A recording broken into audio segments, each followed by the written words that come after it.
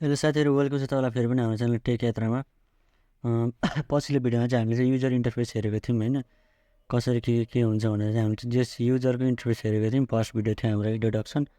आज चाहिँ हामी चाहिँ युनिट कसरी सेटअप गर्ने त अटोक्याडमा युनिटहरू कसरी चेन्ज गर्ने, के कस्तो छ यहाँ युनिटहरू त्यो हेर्छौँ है। त्यो स्केचअपमा चाहिँ युनिट सेटअप गर्नलाई चाहिँ सिम्पल हामी त विन्डोमा जानुपर्ने हुन्छ र यहाँबाट मोडल इन्फोमा जानुपर्ने हुन्छ है त।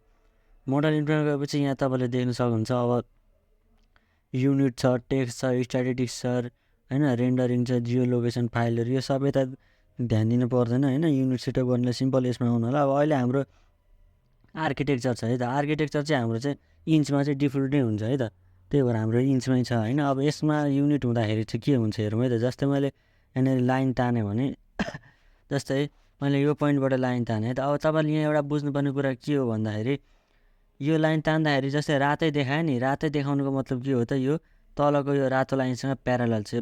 कालो देखायो भने यो प्यारालल छैन है त, त्यो भन्नु खोजेको है। यसरी यहाँ रातो आयो, यो रातो लाइनसँग प्यारालल छ। अब हेर्दाखेरि उताको साइड चाहिँ सानो, यताको साइड ठुलो देखियो भने त बराबर हुन्छ है। त हेराइमा कुन साइडबाट हेरेको भन्ने कुरामा भर पर्छ होइन। अब यता तान्यो भने हरियोसँग प्यारालल भयो भने यो हरियोसँग प्यारालल भयो, यो हरियो लाइन त्यही भएर हाइलाइट भयो। माथि जाँदाखेरि यदि निलोसँग प्यारालल भयो भने निलो लाइन हाइलाइट हुन्छ है त।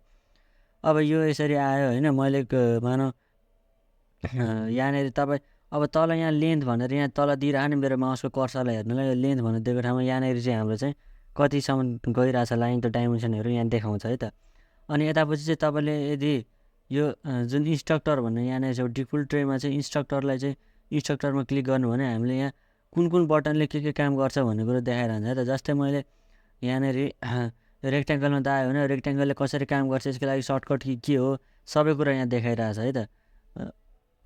अब यहाँ पुस एन्ड पुल अन गऱ्यो भने यसले कसरी काम गर्छ सबै कुरा यो चाहिँ इन्स्ट्रक्टरले यहाँ देखाउँछ है।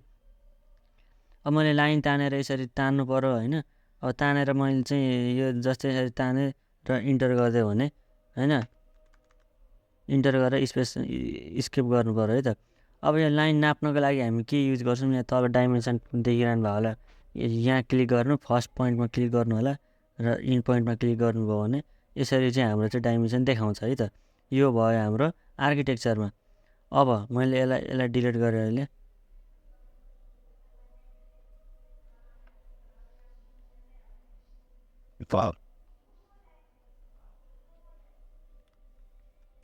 अब हामी यहाँ जाउँ विन्डोमा, फेरि मोडल इन्फोमा र आर्किटेक्चरपछि अर्को चाहिँ हाम्रो डेसिमल है त।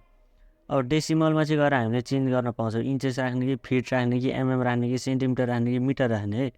जस्तै मानौँ मैले एमएममा राखेँ भने प्रिसिजन हामीले यहाँ चुज गर्न पाउँछौँ। मैले 0.00 एमएममा राखेँ होइन, र मैले अब यति गरेपछि चाहिँ मैले यहाँ क्रस गर्दै है त। अब लाइन तान्दाखेरि जस्तै एल लिएर मैले लाइन तान्दाखेरि नर्मल एल लिन सक्छौँ हामी होइन।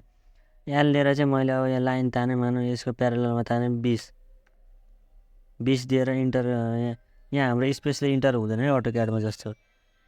20 दिएर इन्टर फेरि एल लिएँ होइन, यहाँ तानेर चाहिँ मैले 20 दिएर चाहिँ इन्टर गरेँ भने मेरो यो लाइन अब भयो।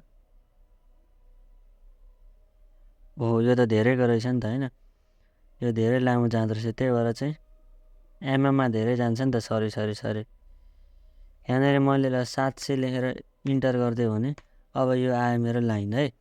20 किन नभन्दा 20लाई धेरै जुम गर्नु त धेरै सानो हुँदो रहेछ होइन। मैले अहिले यति गरेँ है त। 20 दिन मिल्छ, दिन नमिल्ने होइन है, मिल्छ। त्यो काम हामी पछि गर्छौँ है त। अब नापौँ है त। यहाँ पहिलो कर्नर र यहाँ अर्को कर्नरमा गयौँ भने हामी जान सक्छौँ 719 लियो अहिले है त।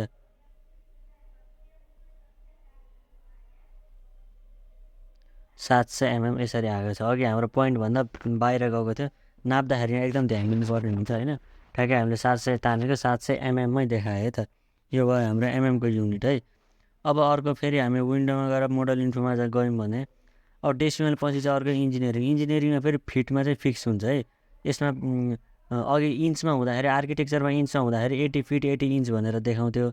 अब यसमा फिटमा भएपछि 80 फिट 80 इन्च भनेर देखाउँदैन। जस्तै अघि आर्किटेक्चरमा के हुन्थ्यो भन्दाखेरि 5 फिट 6 इन्च भनेर देखाउँथ्यो भने अब 5 फिट 6 इन्च भनेर देखाउँदैन, 5.6 यसरी देखाउन सक्छ है त। यसरी पोइन्टमा देखाउँछ है। अब फिट पछि चाहिँ त्यसरी इन्चमा देखाउँदैन। जस्तै मैले यहाँनिर एउटा लाइन लिएँ फेरि पनि होइन, एल लिएर मैले मानौँ 5 लेखेर इन्टर गरिदियो भने यो 5को भयो होइन, 5 फिटको भयो है त। अब यो 5 फिटको भयो। अब मैले यहाँ नापेँ भने तपाईँ यहाँ पहिलो पोइन्ट र दोस्रो पोइन्ट 5 फिट भयो है। अब यहाँ हेर्नु है, फेरि मैले एल लिएँ होइन, यो मैले त्यत्तिकै हान्दै यत्तिकै। अब यहाँ तल हेर्नु तपाईँले यहाँ 5.73 देखाएर होइन, पोइन्टमा देखाएर चाहिँ इन्चमा देखाएन नि होइन। हो यस्तो हुन्छ यदि हामीले चाहिँ इन्जिनियरिङमा राख्यौँ भने है त। यसमा चाहिँ जस्तै मैले रेन्डमली एउटा लाइन यसरी तानिदिएँ र अब यो मैले नापेँ भने यति फिट 80 इन्च भनेर देखाउँदैन है त, 4.84 फिट भनेर देखायो। अब विन्डोमा जाऊँ, फेरि मोडल इन्फोमा जाऊँ र डेसिमल पछि अर्को फ्रेक्सनल छ। हामी यसलाई चेन्ज गर्न मिल्दैन है। फेरि यो फ्रेक्सनल छ, फ्रेक्सनलमा गयौँ भने यसमा त्यस्तो केही हुँदैन होइन, फरक डिफ्रेन्ट केही हुँदैन, मात्र फ्रेक्सनमा देखाउने हो। जस्तै मैले लाइन लिएर यसरी तानिदिएँ। अब मैले यसलाई चाहिँ मेजर गर्नु पऱ्यो भने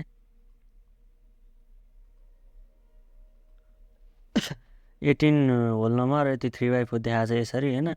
यो होल नम्बर नभनौँ यसलाई। यसरी चाहिँ हाम्रो यो फ्रेक्सनमा देखाउँछ 3/4 इन्चमा देखाएको छ है त्यो पनि इन्टुमा। अब त्यही भएर यो युज हुँदैन, फ्रेक्सन त्यति युज गरिँदैन होइन। यो हाम्रो खास मेनली युज हुने भनेको मोडल इन्ट्रोमा फेरि गयौँ भने आर्किटेक्चर, डेसिमल र इन्जिनियरिङ यो 3टा हुने हो होइन। 3टा चाहिँ हामीले युनिट यसरी चाहिँ हामीले युनिट सेटअप र चेन्ज गर्न सक्छौँ है त स्केचअपमा। अब आजको भिडियोमा चाहिँ यति नै होइन। तपाईँले यो जस लाइन चाहिँ तान्दा यहाँ कुनै पनि काम गर्दाखेरि यता इन्स्ट्रक्टर अन गर्नु भने एकदम सजिलो हुन्छ है त। यो इन्स्ट्रक्टर